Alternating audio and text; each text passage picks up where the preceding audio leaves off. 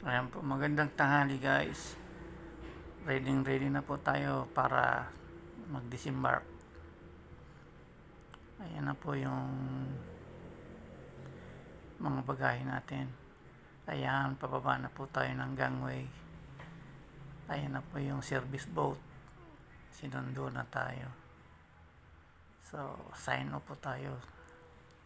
Happy moment po yan. Ganyan po. Bali, 3 po kami mag-sign off niyan. Ay, 4. Isa si Chief Engineer Indian.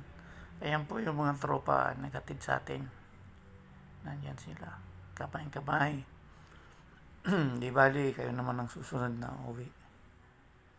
Ayan na po. Nasa service boat na po tayo niyan. Paalis na po. Ayan po yung barkong sinakyan ko. Ayan. Papunta na po kami sa pier. Ayan po yung mga bagahe. Palayo na po kami. Mga ano pa rin po yan, mga 1 hour. Ayan po yung kasama kong 3. 3 pogi, si Ian saka si Randy po, Randy baby. Kaya lang sobrang init po yan, pawis na pawis po ako niyan. Ayan, malapit na po sa sa pier. Ang ganda na ng dagat. Ayan po, nakatapos ako ng immigration sa custom, hindi po pwede mag-video po doon, kaya hindi po nasama sa video po yun. Ayan po, papunta na po kami ng airport niyan. Ayan.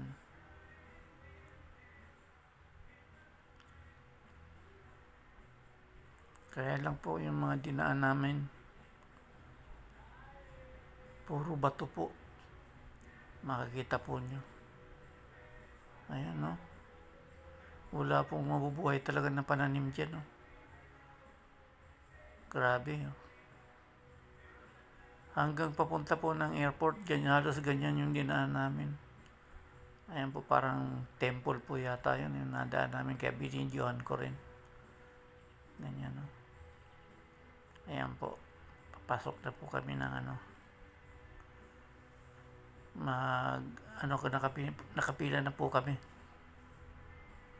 para yung mga bagahe. Ayan, medyo gala-gala na po, nakapasok yung bagahe namin. Ayan, binidyohan ko rin yung BMW. Ayan, tapos ikot-ikot muna kami sa Dubai Mall po yan, Dubai Mall.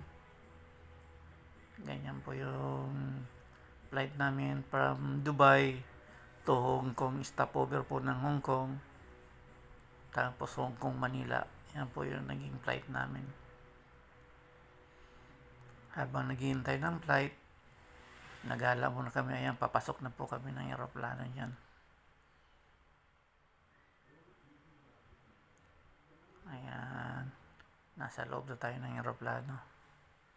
Kaya lang, medyo mahabang flight po yan. 7.5 hours. Alas 11 ng gabi, dumating kami ng 11 o'clock yata sa Hong Kong. Mag-advance po ng 4 hours difference po. Ayan po, nasa Hong Kong na kami, stopover na yan. Ayan po view ng Hong Kong Airport. Hindi naman po kami nakalabas kasi 4 hours lang yung namin, stopover dyan. Kaya doon lang po kami sa loob. Ngayon po, pasok na naman kami ng aeroplano. Hong Kong to Manila na po yan. Ayan po, nakasalubong ko si Sophia po. Lakas ng loob ko po sa Sophia, sa Andres. Thank you po. Napakabait yung nagpakuha kayo ng video sa akin.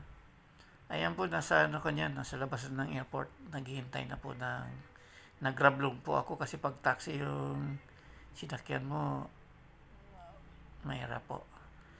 Ayan po, nasa bus na ako niyan kasi wala naman po sa akin sumundo. Nag-bus lang po ako pauwi. Ayan na po, nasa bahay na, happy na nakarating na po ng bahay. Hindi ko na po nakuna ng video yung